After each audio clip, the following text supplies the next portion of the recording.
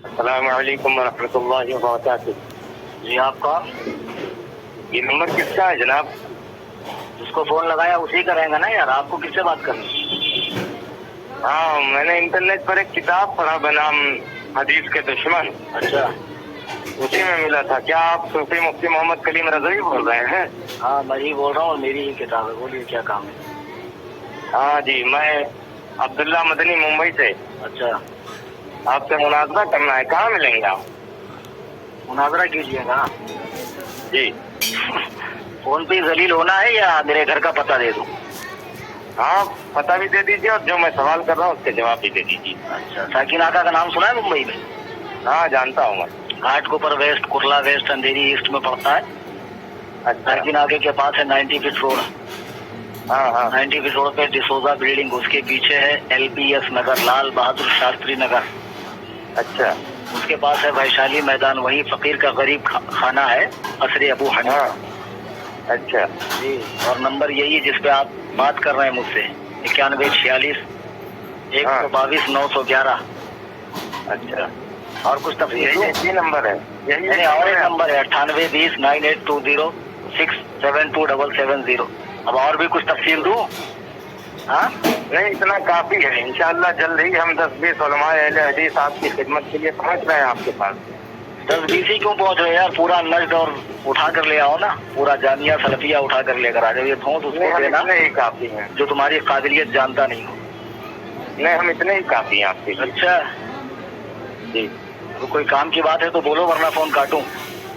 نہیں ہے نا، یہ بتائیں یہ امام ابو حنیفہ نے کتنی کتابیں لکھی ہیں؟ اچھا، آپ نبی کو چھوڑ کے ان کی تقلید کرتے ہیں، انہیں امام اعظم کہتے ہیں، حالانکہ تحقیق یہ ہے کہ وہ 3 ہی حدیث سے زیادہ جانتے ہی نہیں تھے۔ ایسا ہے اب مولوی صاحب جی کہ امام ابو حنیفہ رحمہ اللہ نے جو کتابیں لکھی ہیں تو مشہور کتاب فقہ اکبر اور کتاب الآثار، ہاں اور اس کے علاوہ 15 کتابیں امام صاحب کی ہے، اور سب سے بڑا جو ان کی حیات کا کارنامہ ہے ہاں کہ انہوں نے علم فقہ کی تدوین کی، فقہ کو مدون کیا۔ اور ملا علی قاری رحمہ اللہ فرماتے ہیں کہ قرآن و حدیث سے امام اعظم ابو حنیفہ رحمہ اللہ نے 9 لاکھ مسائل حل کیے ہیں، اور اسی ان کے فقہ کی تدوین کی یہ برکتیں ہیں کہ لاکھوں کتابیں اب تک فقہ کی لکھی جا چکی ہے، ہدایہ، عالمگیری، در مختار وغیرہ۔ اور جس ہدایہ کا آپ لوگ رونا روتے ہیں نا، بڑے گندے مسائل اس نے بھرے ہیں اور بڑے تقریب اخلاق مسائل ہے، معاذ اللہ، وہ کتابیں آپ کے مدرسے میں بھی پڑھائی جاتی، اسی کو پڑھ کے تم بھی مولوی بنے ہو۔ ہمارے یہاں میں بتا رہا ہوں تم لوگ کتنے بڑے مکار ہو کہ تم چاہتے ہو کہ فقہ حنفی کو ملک سے نکال دیا جائے۔ پہلے اپنے مدرسے سے تو نکالو یار، اس کو پڑھے بغیر تو تم لوگ مولانا بھی نہیں بن سکتے ہو۔ اور دوسری بات، نے جو 3 حدیث سے زیادہ نہ جانتا ہوں اسے آپ لوگوں نے اصغر بھی نہ بن سکا ہو، اور اسے آپ لوگوں نے امت کا امام اعظم بنا دیا۔ معاذ اللہ رب العالمین، ہم نے کیا بنایا؟ اللہ و رسول نے بنایا، پہلی بات یہ ہے، اور علماء امت نے بنایا، امت کے بڑے بڑے فقہاء علماء نے بنایا جو صاحبان نظر تھے، سمجھے؟ اور دوسری بات، 3 حدیث کی جو بات تم کر رہے ہو نا، یہ تمہارا امام اعظم سے حسد ہے، ورنہ اب تک تو تمہارے مولوی بولتے تھے کہ 17 حدیث جانتے ہیں، اور اب تم کہہ رہے ہو کہ تحقیق یہ ہے کہ 3 حدیث جانتے تھے۔ کون جاہل تحقیق کیا بے؟ کس جاہل کی یہ تحقیق ہے کہ امام اعظم 3 حدیث جانتے تھے؟ تاریخ پڑھی ہے، سیرت کا مطالعہ کیا ان کی؟ ہمارا چھوڑو، علماء احناف کا علامہ حافظ ابن عبد البر مالکی رحمہ اللہ نے 10 جلدوں میں امام اعظم کی شان میں ایک کتاب لکھی ہے، مالکی مذہب سے تعلق رکھتے، اس میں وہ لکھتے ہیں کہ امام اعظم نے بوقت وفات، سن رہے ہیں مولوی صاحب؟ جی جی سن رہا ہوں، آپ بتائیں۔ بوقت وفات اپنے بیٹے کو بلا کر کہا، بیٹا مجھے 5 لاکھ حدیثیں یاد ہیں، اس میں سے میں تمہیں 5 حدیثوں کے ذریعے نصیحت کر رہا ہوں۔ اچھا، تو امام اعظم تو خود کہہ رہے ہیں کہ مجھے 5 لاکھ حدیثیں یاد ہیں، اور میں اس میں سے تمہیں 5 باتوں کی نصیحت کر رہا ہوں۔ تو جو زمانہ خیر القرون میں ہو، جسے شرف تابعیت نصیب ہو، جس نے 70 صحابہ کی زیارت کی ہو، صحابہ سے حدیثیں جس نے روایت کی ہو، تو تم اس کے بارے میں کہتے ہو 3 حدیث جانتے ہو؟ تم کتنی حدیث جانتے ہو بے؟ نہیں جناب من، آپ لوگ صحیح حدیث کے ہوتے ہوئے بھی قول امام پر عمل کیوں کرتے ہیں بھائی؟ نہیں حدیث، تم پہلے وہی بات کرو کہ آپ کتنی حدیث جانتے ہو۔ ابھی تم نے کہا نا کہ امام کو، نبی کو چھوڑ کر امام کا اتباع کرتے ہیں۔ ہاں وہ تو صحیح کہہ رہا ہوں میں۔ تم نے قرآن پڑھا نہیں؟ اطیعوا اللہ و اطیعوا الرسول و اولی الامر منکم، اللہ کی اطاعت کرو، رسول کا حکم مانو، امر والوں کا حکم مانو. تو امر والوں کی تفسیر ابن عباس وغیرہ کی پڑھی نہیں ہے آپ نے؟ یہ اس سے علماء اور فقہا مراد ہے. تو اب اگر کوئی علماء اور فقہا کی اطاعت کر رہا ہے، قرآن و حدیث کو سمجھنے کے لیے ان کی تشریحات کے اعتبار کر رہا ہے، تو اس کے بارے میں یہ کہنا کہ اس نے نبی کو چھوڑ دیا، خدا کو چھوڑ دیا، ارے چھوڑتا تو تب جب وہ ان کو قانون ساز سمجھتا. وہ تو ان کو شارح قانون سمجھ رہا ہے، شارح قانون سمجھ کے ان کا اتباع کر رہا ہے، تو اس نے نبی کو چھوڑنا کام ہوا. یہی بھینسے جیسی عقل میں آپ کے کھوپڑی میں عقل ہے یا گوبر بھرا ہوا ہے کہ آپ معاذ اللہ امام کی بات کو ماننا گویا نبی کا مخالف بتا رہے ہیں اس کو، جبکہ قرآن اس بات کا حکم دے رہا ہے کہ امر والوں کی اطاعت کرو. اور ایک بات میں آپ کو بتاؤں کہ آپ لوگ بھی تو بار بار بخاری مسلم کی حدیث لیتے ہو، بخاری مسلم کا حوالہ مانگتے ہو، تو ہم بھی تو کہہ سکتے ہیں کہ آپ معاذ اللہ رب العالمین بخاری مسلم سے حدیث کیوں لیتے ہو؟ صحابہ تو نبی سے حدیث لیتے تھے. تم توصیف الرحمان اور یہ معراج ربانی اور یہ خبیث ڈاکٹر جوکر نائی ان سے دین سیکھتے ہو. صحابہ نے انہی سے دین سیکھا یا نبی سے دین سیکھا؟ تو ہم بھی تو کہہ سکتے تم نے نبی کو چھوڑ کر ان کو اپنا معاذ اللہ معبود بنا لیا، خدا بنا لیا. تم بھی تو پکے مشرک ہو. بات کرنے سے پہلے سوچا کرو مولوی صاحب. جناب احمد، آپ لوگ صحیح حدیث کے ہوتے ہوئے بھی قول امام پر عمل کیوں کرتے ہیں بھائی؟ حدیث کے آپ لوگ دشمن حنفی ہیں یا اہل حدیث؟ ماشاء اللہ. تو پھر جی ایک کتاب اور لکھے آپ، احناف حدیث کے اصلی دشمن. اچھا مولوی صاحب ایک بات بتائیے، تم جو کہہ رہے ہو تو صرف تمہارا کہنا جو ہے نا وہ کافی نہیں ہے، اس کی دلیل بھی آپ پیش کریں کہ احناف نے حدیث کی کب مخالفت کی، اس کا ثبوت پیش کریں آپ. ارے کیا صحیح بخاری میں آپ نے یہ حدیث نہیں پڑھا؟ صحیح بخاری کتاب الرحمن میں لا صلاۃ لمن لم یقرأ بفاتحۃ الکتاب، اس شخص کی نماز نہیں ہوتی جو سورہ فاتحہ نہ پڑھے. اچھا تو مجھے معلوم تھا تم آج آ کر حضرت عبادہ بن ثابت کی، یہ حضرت عبادہ بن ثابت کی روایت ہے نا، ہاں یہ حدیث پیش کرو گے. تم صرف نام کے اہل حدیث ہو بیٹا، تم کو ابھی حدیث سمجھنے کی صلاحیت تمہارے اندر بھی نہیں، اور تمہارے بڑے بڑے الو مائے کرام میں بھی نہیں، علماء نہیں الو مائے کرام، سمجھے؟ آپ گھمائے پھرائے نا جواب. ارے میں تمہیں جواب ہی دے رہا ہوں مولوی صاحب.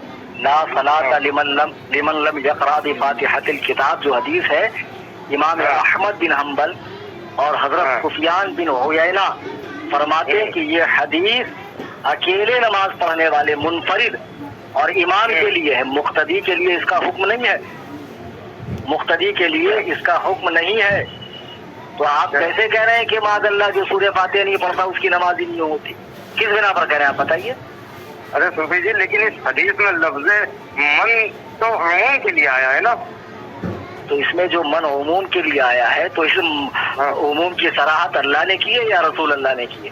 اور آپ تو اس جماعت سے تعلق رکھتے ہیں کہ جس جماعت میں اگر حضور پاک صلی اللہ علیہ وسلم بھی بغیر وحی کے کچھ کہیں تو آپ کے علماء کہتے ہیں مت مانو. طریق محمدی کتاب کا نام سنا ہے؟ مولوی محمد گناگڑی کی ہے، جس میں اس نے صاف لفظوں میں لکھا ہے کہ ہم اہل حدیث نبی کی بھی بات تب مانتے جب وہ وحی کے ساتھ بولتے ہیں، با وحی بات جو ہوتی ہے ہم اس کو مانتے ہیں، بغیر وحی کی ہم نبی کی بھی نہیں مانتے. تو لفظ من سے جو عمومیت آپ ثابت کر رہے ہیں تو یہ عمومیت کی صراحت خدا نے کی ہے یا رسول نے؟ ارے کچھ تو عقل رکھ کے بات کرو یار. یہ تو تمہاری چالاکی ہے، ورنہ میں نے سفیان بن عیینہ کا حوالہ دیا، امام محمد کا حوالہ دیا، وہ کہتے ہیں کہ یہ منفرد اور امام کے لیے ہے. بنا ہوں کر رہے ہیں بھائی.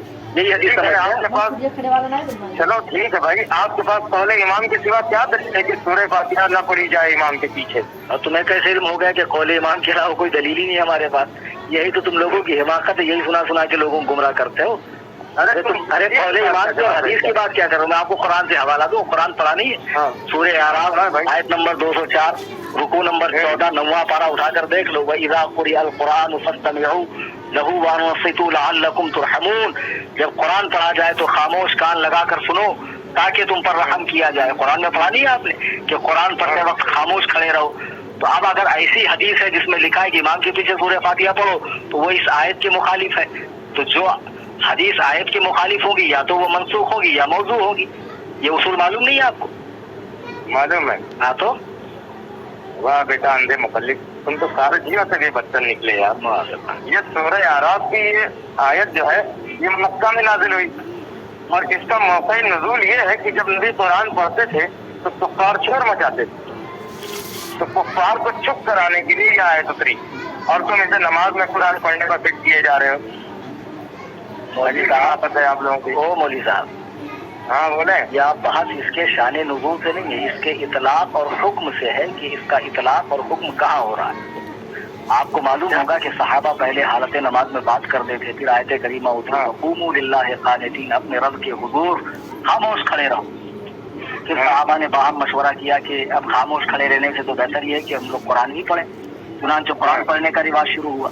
تو پھر یہ آیت کریمہ اتری وَإِذَا قُرِئَ الْقُرْآنُ فَاسْتَمِعُوا لَهُ وَأَنصِتُوا لَعَلَّكُمْ تُرْحَمُونَ، اپنے رب کے حضور خاموش کھڑے رہو، جب قرآن پڑھا جائے کان لگا کر سنو تاکہ تم پر رحم کیا جائے۔ اب تم کہتے ہو کہ یہ آیت کفار مکہ کے لیے اتری، یہی کہا نا کہ آپ؟ ہاں میں نے یہی کہا۔ یہی تم لوگ یار قرآن حدیث سمجھتے ہو۔ لعلکم ترحمون سے کیا سمجھا آپ نے؟ تاکہ تم پر رحم کیا جائے۔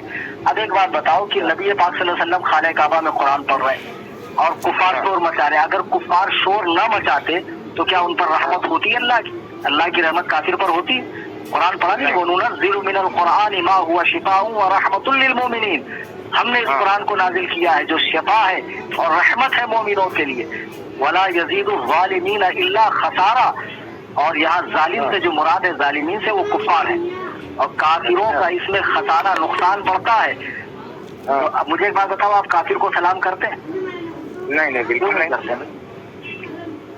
منع کیا گیا تو کافر کے لیے رحمت ہوگی یا مومن کے لیے؟ بھائی تو لو تم نے خود ہی جواب دے دیا، کافر کے لیے جب رحمت نہیں ہے تو اس آیت میں یہی تو لکھا کہ جو خاموش قرآن سنے اس کے لیے رحمت ہے، تو جب مسلمان خاموش قرآن سنے گا اس کے لیے رحمت ہے، کافر خاموش بھی رہے گا تب بھی اس کے لیے رحمت نہیں۔ اب تم خود ہی کہہ رہے ہو کہ سلام میں رحمت ہے، وہ کافروں کو نہیں بھیجا جاتا ہے، تو اس آیت میں بھی تو وہی ہے کہ جو خاموش مسلمان قرآن سنے اس پر رحمت ہوگی، سمجھے؟ قرآن کی آیت ہے نا۔ تو اب آپ تفسیر مدارک اٹھا کر دیکھیں، وہ جمہور الصحابہ علی انہ فی استماع المؤذن، عام صحابہ کا فرمان یہ ہے کہ یہ آیت کریمہ نماز میں امام کے قرآن پڑھنے کے حوالے سے اتری ہے۔ اس آیت کریمہ کی تفسیر کرتے ہوئے صاحب مدارک لکھتے ہیں کہ جب امام قرآن پڑھتا مقتدی پیچھے پڑھتے تو اس موقع کے لیے آیت اتری۔ اب ہم تفسیر کی مانیں یا تمہاری مانیں؟ چلو مان لیا کہ یہ نماز میں امام کے پیچھے قرآن پڑھنے پر منع ہو گیا۔ تمہارے یہاں جو شیخ الحدیث ہوتا ہے نا، وہ ہمارے یہاں اس کا داخلہ مکتب میں ہوتا، سمجھے؟ تم لوگ ہمارے قرآن حدیث بازیچے اطفال نہیں ہے، بچوں کا کھیل نہیں، سمجھے؟ عمریں کھپانی پڑتی تب جا کے یہ توفیق نصیب ہوتی۔ مولوی صاحب مان لیا بھائی، میری بات سنیں، نماز میں امام کے پیچھے قرآن پڑھنے پر منع ہونے کے لیے یہ سورہ آپ نے سنائی مجھے، مگر قرآن مان لیا آپ نے۔ ہاں لیکن میرا سوال آپ دیکھیں نا، سورہ فاتحہ قرآن کہاں ہے؟ کیا صحیح بخاری کتاب سورہ فاتحہ قرآن نہیں ہے؟ ہاں سورہ فاتحہ قرآن نہیں ہے، کہاں ہے قرآن؟ معاذ اللہ، کیا ہے سورہ فاتحہ؟ حدیث ہے کیا؟ کیا صحیح؟ کیا ہاں بالکل حدیث ہے، میرے پاس سنا ہے اس کا۔ بخاری کتاب تفسیر میں آپ نے یہ حدیث نہیں پڑھی؟ یتبع المثانی والقرآن العظیم الذی اوتیتہ، یہی 7 آیتیں اور قرآن ہے جو مجھے عطا فرمائی گئی۔ اچھا سنو مولوی صاحب، ایسا ہے تم تو صرف بخاری کا نام جانتے ہو، الحمدللہ میں بخاری پڑھاتا ہوں، نہ جانے کتنے تم جیسے بخاری پڑھنے والوں کو اب تک میں نے فارغ کر دیا، سمجھے؟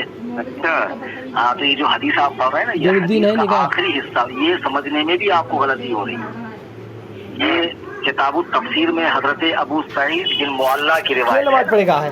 اچھا، یہی نا وہ کہتے ہیں کہ مسجد نبوی میں نماز پڑھ رہا تھا کہ رسول اللہ نے مجھے آواز دی تو میں بعد نماز حاضر ہوا تو حضور نے فرمایا کیا تو نے خدا کا حکم نہیں پڑھا کہ جب اللہ و رسول بلائیں تو فوراً حاضر ہو جا؟ یہی ہے نا؟ ہاں یہی ہے بھائی، ہاں، اللہ و رسول بلائیں تو فوراً حاضر ہو جا۔ پھر اس کے بعد وہ فرماتے ہیں کہ جب میں حاضر ہوا تو حضور نے فرمایا تجھے ایسی صورت نہ بتاؤں جو قرآن کی تمام صورتوں کی سردار ہے، اس سے پہلے کہ تم مسجد سے نکلو۔ پھر آپ نے میرا ہاتھ پکڑ لیا اور مسجد سے تشریف لے جانے لگے تو میں نے عرض کیا آپ نے نہیں فرمایا تھا کہ ایسی صورت بتاؤں گا جو تمام صورتوں کی سردار ہے؟ تو فرمایا وہ الحمد شریف ہے، وہی سبع المثانی، یہی پڑھا تھا نا آپ نے؟ وہی سبع المثانی، ہاں، والقرآن العظیم الذی اوتیتہ، ہاں، کہ اور یہ 7 آیتیں اور قرآن کریم، یہی سبع مثانی یعنی 7 آیتوں والی سورہ اور قرآن کریم. تو اس کا مطلب آپ کیا سمجھ رہے ہیں کہ سورہ فاتحہ الگ ہے قرآن الگ ہے، یہ مطلب سمجھ رہے ہیں؟ ہاں یہی سمجھ رہے ہیں. لا حول ولا قوت. یہی بتا رہے ہیں. ایک منٹ مجھے بات بتاؤ، میں نے آپ کو 1 لاکھ روپے دیا اور 5 روپے دیا، جی ٹھیک ہے، 1 لاکھ 5 روپے میں نے آپ کو دیا. تو آدمی کو معلوم ہے کہ بھائی 1 لاکھ سامنے والا نہ لینے والا بھولتا نہ دینے والا بھولتا، وہ بڑا اماؤنٹ ہے اور راؤنڈ فیگر ہے، لیکن 5 روپیہ بھول جائے گا. تو آدمی کہتا میں نے آپ کو 1 لاکھ اور 5,000 دیا. جی تو 1 اور 5 کے بیچ میں اور کو لاتا ہے، چونکہ 5 اس کے دماغ میں اچھے سے بیٹھ جائے کہ 5 مت بھولنا. 1 تو تم نہیں بھولو گے لیکن 5 مت بھولنا. تو نبی فرماتے ہیں 113 صورتیں تو یقیناً قرآن کی ہے، یہ بھی قرآن کی، لیکن ان تمام صورتوں میں اس کا مقام یہ ہے کہ یہ ان صورتوں کی سردار ہے، ان صورتوں کی سردار ہے. یہ فرمانے کا مطلب ہے کہ ہم نے تمہیں قرآن دیا اور 7 آیتیں، یعنی تم قرآن کی 113 صورتوں کو تو نہیں بھولو گے، لیکن اس سب سے پہلی والی صورت کو بھی مت بھولنا جس میں 7 آیتیں ہیں. جیسے میں نے ابھی کہا کہ میں نے آپ کو 1 لاکھ روپے دیا اور 5 روپے، تو 1 لاکھ روپیہ ہوتا ہے، 5 روپیہ روپیہ نہیں ہوتا ہے کیا؟ ارے جیسے 1 لاکھ روپیہ ویسے 5 روپیہ بھی روپیہ ہے. تو جیسے 1 کو 13 قرآن کی صورتیں ہیں، ویسے یہ 7 آیتیں بھی قرآن کی ہے صورتیں ہیں. اور اوپر اسی حدیث میں جو اوپر لکھا ہے نبی نے فرمایا کیا میں تمہیں قرآن کی ایسی صورت نہ بتاؤں، قرآن کی ایسی صورت نہ بتاؤں جو تمام صورتوں کی سردار ہے. تو نبی نے تو خود ہی فرما دیا کہ یہ قرآن کی صورت. اب تم کیسے بول رہے ہو یار کہ یہ قرآن کی صورت نہیں ہے؟ معاذ اللہ رب العالمین. ارے تم نے کیسے کہہ دیا یہ قرآن میں نہیں ہے؟ آپ لوگ یار اندھے مقلد ہو بالکل. آپ یہ قرآن و حدیث ہے نظر آتا ہے. ایسا ہے مولوی صاحب، ساری دلیلیں میں نے دی، سمجھے، اور تمہاری جو دلیلیں تم نے پیش کی نا، حدیث اور قرآن کی آیت کی غلط تفسیر بالرائے، اس کا صحیح معنی و مفہوم بھی میں نے آپ کو سمجھایا. اب تم ہم ہی کو اندھے مقلد بول رہے ہو، بلکہ حقیقت یہ ہے کہ بزرگان دین، ائمہ مجتہدین، اولیاء کاملین سے خدا واسطے کا خیر ہے آپ لوگوں کو. اور آپ وہ جماعت ہو جس کی پیشن گوئی اللہ کے نبی نے فرمائی دجالون کذابون یاتونکم من الاحادیث، جھوٹ بولنے والوں، فریب دینے والوں کی آخری زمانے میں ایک جماعت ہوگی جو حدیثیں گڑھیں گے، ایسی حدیث بما لم تسمعوا انتم ولا آباؤکم، جو تم نے اور تمہارے باپ داداؤں نے نہ سنی ہوگی. تو اسی جماعت کے فرد ہو تم، اور تم سے اس سے زیادہ کی امید بھی نہیں کی جا سکتی ہے. یعنی تم ہمیں کیا ثابت کرنا چاہتے ہیں؟ آپ کو بتائیں آپ ہمیں کیا ثابت کرنا چاہتے ہیں؟ ہم تمہیں کیا ثابت کرنا چاہتے ہیں؟ اتنی دیر میں تم خود ہی ثابت ہو گئے کہ تم 1 نمبر کے چوتیم سرپریٹ دگریٹ ہو. تم خود ہی اتنی دیر کی گفتگو میں تم خود ہی پگلے اعظم عالم معلوم پڑ رہے ہو یار. ہم کیا ثابت کریں؟ دیکھتے ہم اپنے بڑے عالم کو لے کر آتے ہیں آپ کے پاس، پھر بتاتے ہیں آپ کو. تمہارے بڑے کو نہیں، اور جتنے سڑے ہیں سب کو لے آؤ. صرف بڑے نہیں، جتنے سڑے ہیں سب کو لے آؤ. Any time most welcome for ٹھکائی انشاءاللہ. قصر ابو حنیفہ. ہاں قصر ابو حنیفہ میں تمہاری ٹھکائی ہوگی بیٹا. ٹھیک ہے، دیکھ لیتے ہیں. اللہ حافظ. رکھو بیوقوف. السلام